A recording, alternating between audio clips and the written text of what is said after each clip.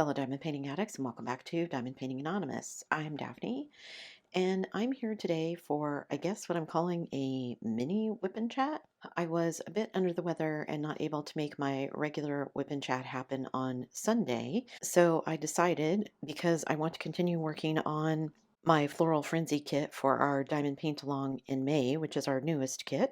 I want to keep working on this one, so I just thought, well, I'll do like a little mini whip and chat, catch you guys up on some small stuff, and then we'll see what fun things happen between now and next Sunday. So let me zoom into where I'm going to be working, and I will be right back. So since this is going to kind of be a little mini whip and chat, I don't know if I'm going to follow the exact same format. I probably will jump around a bunch just because I have all kinds of things on my brain, and yeah, so that's probably just how it's going to go. So I hope you guys don't mind a whip and chat that's unscheduled. You guys have told me before that you'd be happy with just a channel of whip and chats. I'm not sure I believe that, but hopefully just an extra one now and then won't be a problem. I guess this is even really an extra one since I didn't do one on Sunday. Well, I guess let me just kind of start the same way that I would with a regular whip and chat, and that's with what's been going on in my regular life. Like I told you guys, I was a little under the weather over the weekend, so I didn't get a whole lot of anything done. I have things piling up that I need to do. I need to organize my budget, get all my bills and receipts, put in my software that I use for all of that stuff, basic household stuff. I need to clean. Hubby and I did go to Walmart. I actually bought a, what's it called? A Swiffer mop? Swiffer wet jet? One of those ones that sprays. But this one, instead of having the little, what's the word I'm looking for? The little pads that you have to replace every time. This one has just two and they're reusable. You can wash them. So I thought that was a pretty good deal. And it was on sale for only 40 bucks, which I thought was a pretty good deal for Canada. So we picked that up because I am not doing a good job of keeping up with the floors, especially with the dogs. So hopefully that will help make it a little bit easier. And I really like that we'll be able to just stick the little mop head in the washer and dryer and dry it off rather than having to buy refills every single time. I'm always trying to be as environmentally conscious as I can, which that's a couple of the things I wanted to talk about. I've been trying to watch, well, I don't know if I'm trying to, but I mean, I was just interested in some other things to watch other than my typical crime shows. Not that I'm not still watching those now and then, but a lot of streaming services. We have, well, we don't have Netflix, but we have Disney Plus, and that comes with various other things. And Amazon, we get Apple TV. Anyway, just various subscriptions. So I was looking through during a late night the other night. I'm having trouble sleeping sometimes, so whenever I get like that, I will go through all of the services and look at, are there any movies I want to watch? A friend of mine a while ago got me to watch Wicked, and I didn't realize it was a two-parter. So the second part of Wicked on my list. At some point, I'll get it watched. I wasn't super into it anyway, but I was really annoyed after finding out it was a two-parter, so I don't know when I'll get around to watching the second part. But anyway, that's on my list. And some other things. There's a couple of true crime shows that I added to the list, but one of the things that I found was a like documentary, I guess you'd call it, by Soleil Moon Frye, the girl that used to be Punky Brewster, if you're old enough to remember Punky Brewster. I don't ever remember watching the show Punky Brewster. I know who she was and I remember the show, but I don't remember watching it. Anyway, as she was growing up, apparently, she was friends with a lot of people who were child actors as well at the time, people from like Saved by the Bell and some other shows that I also didn't recognize the names of, but they were friends. They kind of grew up together. They hung around together, partied together, got in trouble together. I guess she basically carried around a camera for most of her teen years. And then once she became a teen, she kind of locked it all away into a chest and didn't really think about it again. Was just busy living her life and yeah, living her life. And then at some point she decided, you know what, I'm going to open this all up and look back at it. And I found it really fascinating. There were lots of things about her that I didn't know because, like I said, I never watched the show in the first place, and I certainly didn't follow her career after Punky Brewster was over. In fact, I'm not really sure what kind of career she had after she quit the show. I know she had some struggles when she was in her early teens, and she ended up moving out to New York when she was 18. And it didn't really address a lot of it. It was kind of interesting in that it wasn't really about her, it was about her and her friends and their lives kind of growing up as child actors and what that does to you and how many people they lost along the way. And one of the things she said was that after going back through everything, she was really surprised at how much she had missed during that time. And by missed, she meant missed what was going on around her because she had several friends that, after looking back on some of the footage and things from things that she had filmed, and she had diaries and letters and voicemail messages and that kind of stuff. And she's like, some of these were real cries for help, and I just didn't hear it, didn't see it at the time. And I wish I would have. How would things be different if I would have known at the time what was going on or understood at the time, however you want to look at it. And I mean, she was a teenager too, so she was going through her own struggles. I'm sure she probably doesn't feel like that's an excuse, but I read somewhere, everybody says you can only do your best, right? As long as you're doing your best, that's the most that someone can ask of you. I've kind of subscribed to that theory for most of my life, but then I remember coming across, it's been several years at least, maybe more than that, coming across somebody who said, you have to give yourself a break. You have to be kind to yourself. Yes, we all want to do our best, but we also have to recognize that sometimes 100% is more than you can give. Like if you're sick, right? Give 100% while you're sick. Well, that might be 50% of what you would normally give if you were healthy, but it's all you can give when you're sick. So as long as you're doing that, then you shouldn't feel bad, which was an interesting way to look at it, I think, because you're not always going to be at 100% no matter what you do, right? We all have our down days, whether that's mentally, physically, or what have you. But I thought it was really interesting just to listen to her because she said, I really haven't looked at any of this for over 40 years. And it really didn't address her life now. Like, I assume she's married, and it did show a couple of her kids, but it didn't really talk about, her life at that point where she was looking back on all that stuff, which I thought was interesting. And then the other one that I started watching, and this is another one that I couldn't sleep. I ended up staying up. Hubby went to bed with the dogs, and I ended up staying up downstairs with the whole couch to myself, which does not happen very often with the dogs anymore. But it was a documentary on Prince Charles and his efforts on conservation and just how long he's been doing that. Like, I didn't realize that he's been doing it pretty much his entire life. I watch a couple of shows. I call them shows. I guess they're channels. In my mind, they're shows because I don't really watch a lot of regular TV. Anyway, I watch a YouTube channel, and it's Earl and Countess, who it's a channel about them maintaining their family estate, all the things that they have to do and the challenges they have to meet. But they have a lot of things on there about rewilding their lands, I guess is the way to say that, because because it's a historic home, of course, you have to follow all the rules and guidelines. What we would call a landmark or whatever, a historic home in the United States. So they have to follow a bunch of rules about how they can and cannot repair things.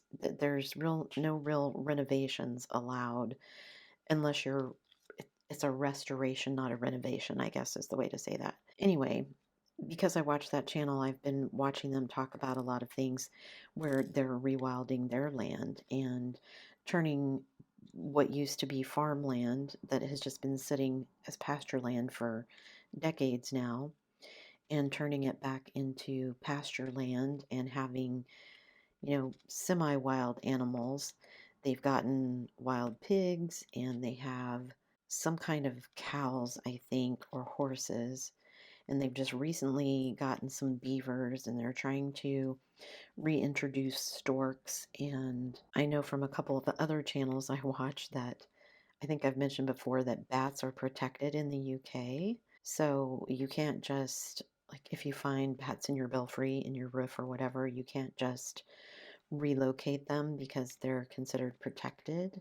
So lots of rules in other places that don't necessarily happen around here, but I find it fascinating. Anyway, a lot of the rewilding stuff is due to a lot of King Charles's efforts to make people aware and to get people back to nature. And I found it interesting. One of the things they mentioned in the program was that they did a scientific study, and I don't know what the study is or who did it, but they said that for every 350 kilometers that you are distant from your food, 350 kilometers is too much. Maybe it was 350 meters. That makes more sense. So, for whatever the distance was, the takeaway was that the further you are from where your food is produced, the food that you consume, the less healthy you are, which I thought was a really interesting take because how many of us are really close to any of our food at all? I mean, there might be some of you who garden and grow some things on your own, but I would imagine that most of us do like I do, and you go grocery shopping for 99% of your food. One of the other points that he was trying to make was that as the Industrial Revolution happened, as things became more industrialized, machines started doing a lot of things. We had factories producing food. We started, rather than diversifying on our food, we started growing monoculture. So instead of having 15 varieties of a potato, we'd have one because that one yielded the most. And so that would feed the most people, which isn't a bad thing, but diversity in the food ecosystem helps keep the not only the ecosystem healthy, but also us healthy. And that's been something that's been on my mind for a bit because I'm suddenly having all of these issues with my knees that I wasn't having before. So I don't know if it's just I've hit a certain age and things just deteriorate faster than I realize.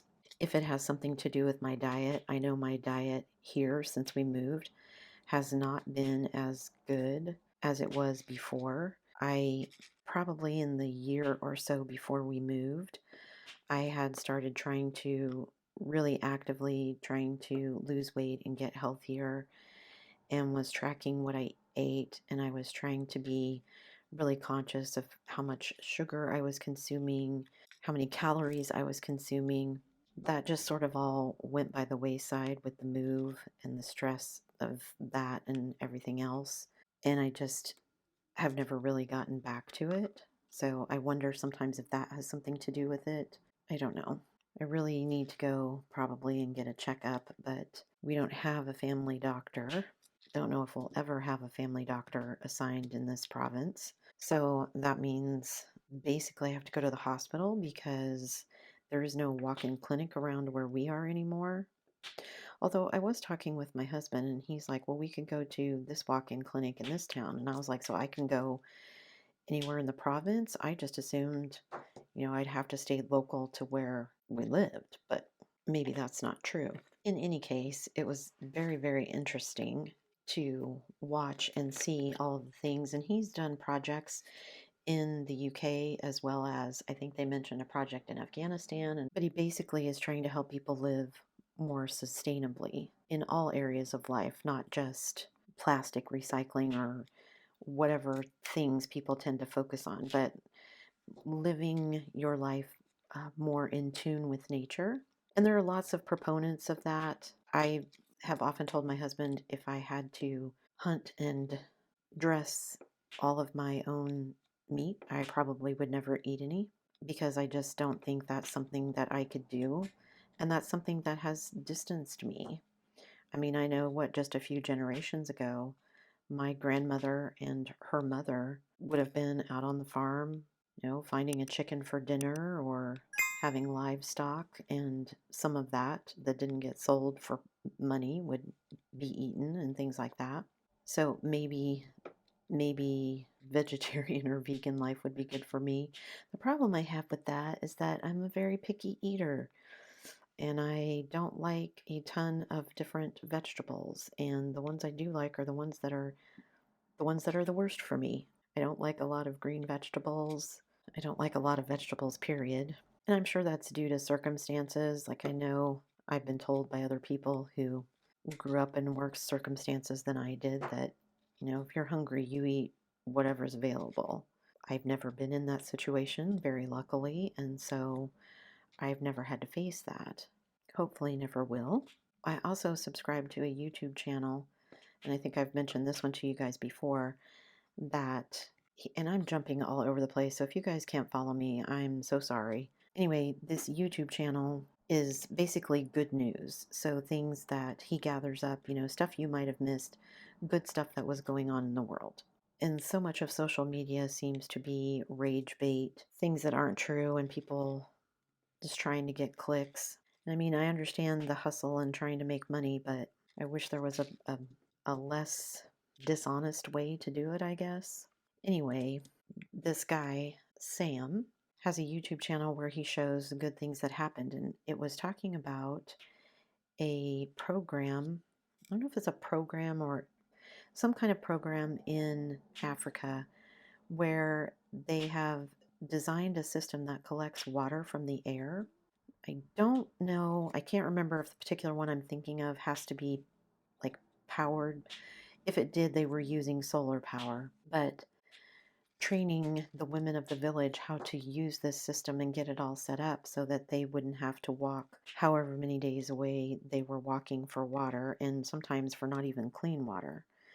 And I thought, well, that'd be amazing. I wonder if we could do that somewhere here. So today, while hubby and I were in the car, I was looking up something about that to see if there was like a system that we could DIY for our house. And I wasn't expecting it to be enough to replace what we use on a daily basis, but just even some would be nice, right?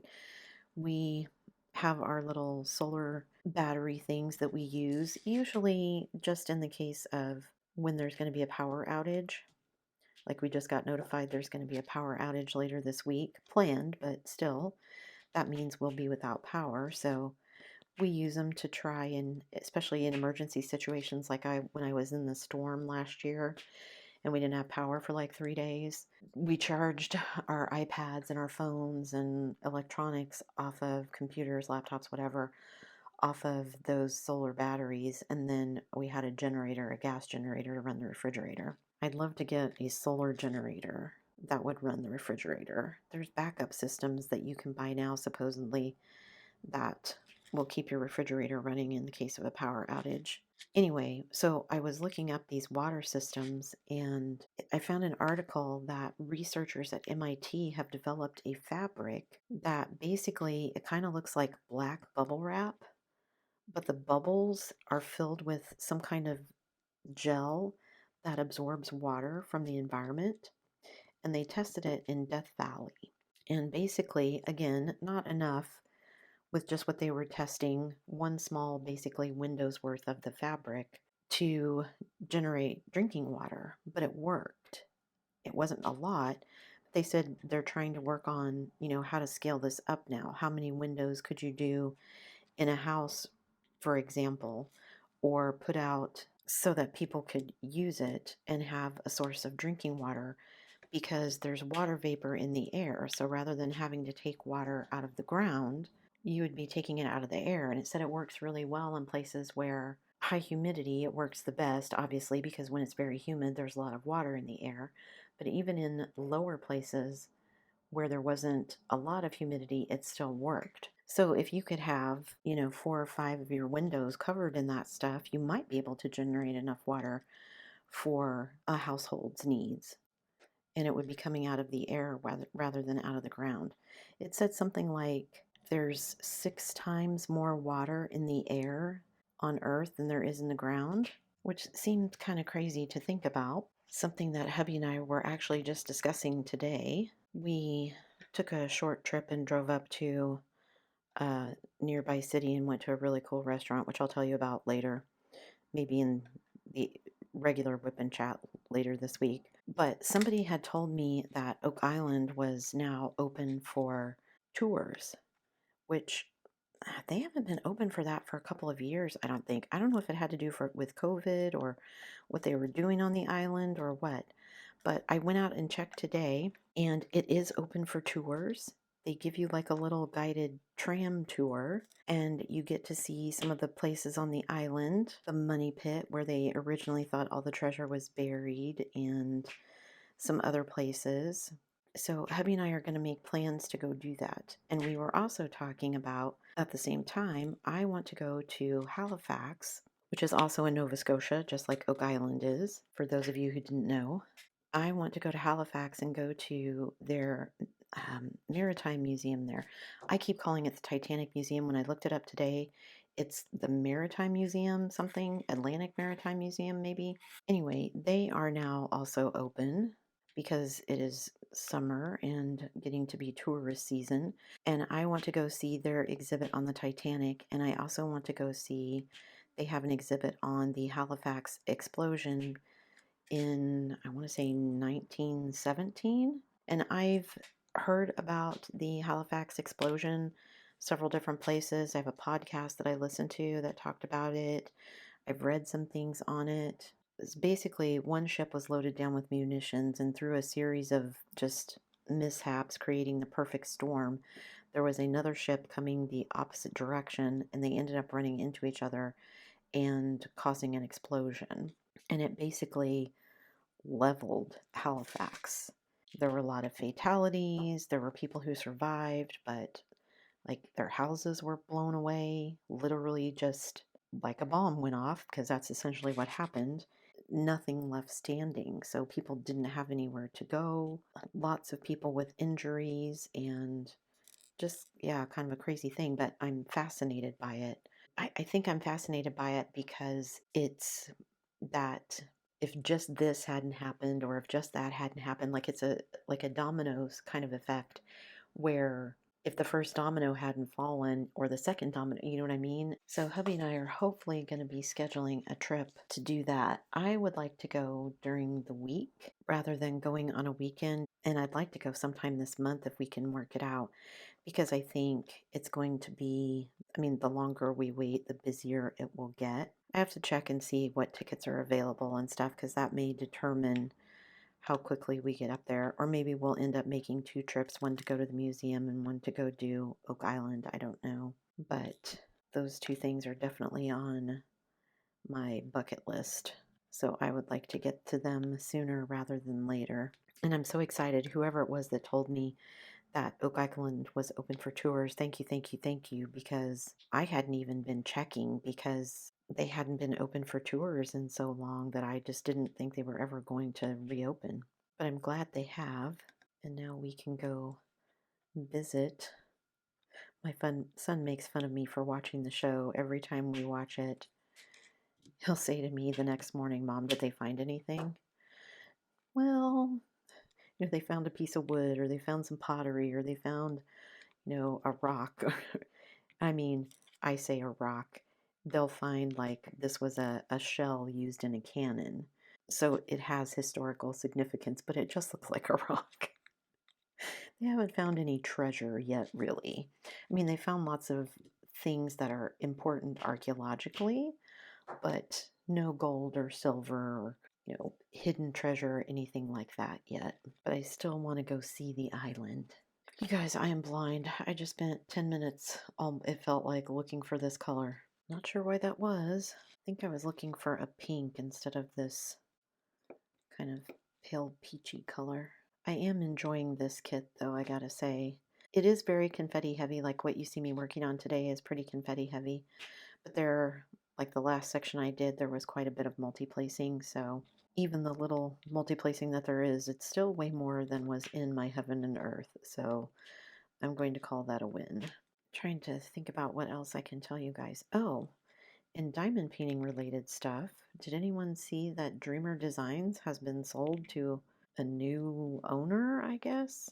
I mean, it listed the guy as a new CEO, but it said the company was sold, so I don't know what that means, but and they released a video on their YouTube channel, but it was just music, no talking. So I'm curious to see what's going to happen with the new guy, if they're going to be making any changes to the way they do stuff or how things are going to go. Of course, I'm just not that into numbers and keeping all track of all of that stuff. One of the one of the other YouTube channels I watch is a lady that she's an illustrator. I really like her art style. It's very cutesy, pastel kind of stuff. And when I first started watching her channel, she had just a small studio in the UK, one of those places that you rent out. She had started it in her home and then moved, didn't well enough that she moved out into this studio space that she was renting. And at the time, she had her sister working with her. Why did I start to tell you this? Oh, being a business owner, that's what it was. Because she has since, I think I've watched her for almost 10 years. She has since decided to close down the studio. She has her own website. She was a really, really big Etsy seller. She and her husband decided to move. And I'd watched her move from small studio to large studio to larger studio to larger studio. I have a feeling something happened in her personal life, but she didn't address that. So that's just my gut feeling. I don't know what happened, but they decided they were going to sell up and move. And so she kind of closed her business and pulled everything back into her home. So right now they're running it out of her home while they're waiting for their house to be renovated. Their new house, I guess. Anyway, she was talking about how a lot of her business was in the States, and so she didn't have any choice but to keep up with things as they changed with shipping and everything. And I just thought, I'm sure people have to do it. If that's your livelihood, you have to keep on top of it. But I would not be someone who, I think at that point, if it was a business of mine, I would just be like, you know what? I'm going to close and I'm going to go back and get a job somewhere else where someone else has to worry about these headaches, because I just couldn't handle doing all of that, messing with it and trying to figure it out. And it just seems like it's so needlessly complicated sometimes. Also, in other diamond painting related news, if you missed the last video that I put out, which was, I guess, my last, no, because I didn't do a whip and chat, so it would have been Saturday's video. I don't know, you guys. My brain's all over the place. Whatever video that was, I think I mentioned that I abandoned the teacup kit. I am working on this one for our diamond paint along. I still have Benedict Blue that I hope to go back to working on once I finish this one. Then I have the Slow Jazz one, which is a cross stitch conversion that I want to do, that I have kitted up. But I won't be finishing that Aquarius teacup. No harm, no foul. I just didn't have the mental bandwidth to deal with a canvas that had some issues. So I just made the decision that I was just going to abandon that project. So that one is, I think all the other ones that I didn't finish, I didn't record anything of them. I did count the hours. Oh, that's what it was. It was my goals video, my goals update video. I did count the hours that I worked on it, which was, I think, 13 of the hours was all that I had in it. I don't think I counted any of the hours when I abandoned projects before, but I did this time. Anyway, I'm having fun working on this one. This is all I have kitted up at the moment because I just I can't seem to work on multiple projects at once. I keep telling myself I can, and I can't. So I just need to accept that I'm never going to be somebody who has multiple whips going on at the same time. I can call them whips. Benedict Blue is a true whip because I do actually have drills laid down on that one. I haven't laid any drills on Slow Jazz yet. And I watched Lizette's one video this week. She's going to be doing the 26 for 26 challenge, which I'm not sure exactly what it is, but I'm assuming it means doing 26 kits in 2026. And she kitted up 26 kits in order to do that challenge. And I just thought, no way would I kit up 26 kits all at once. I don't know that I could. I don't think I have enough storage to do it, even if I wanted to. But I think having that many kits open and just all of the drills staring at me would make me crazy. I applaud anybody who is trying to do that this year. She's was coming into it late. Obviously, it's May and she's just now starting the project. So she's like, I'm probably not going to get done, but she's going to do as much as she can because she's also doing her own Refresher Stash Challenge, which is sort of the same thing. I guess both of those are kind of what I'm trying to do, work through my older diamond paintings. Now, with this particular diamond paint along, you guys picked this theme, so this month we're working on new kits, but most of the other things that I'm going to be doing this year are for older kits, my older kits. So, yeah, I think I'm going to stop there, guys. I think I've rambled for long enough, probably more than I wanted to. Again, like I said, I hope you don't mind the little mini midweek whip and chat, but with me falling behind because I wasn't feeling well and just, yeah, you guys said you wouldn't mind more whip and chat, so I hope that holds true. If you're still here at the end of the video, hopefully that means that it does hold true. So before you go, don't forget to do all the things. If you like this video, give it a thumbs up, hit that subscribe button if you haven't already, and hit that bell notification icon so that you can be informed of future uploads. And as always, guys, thanks so much for watching.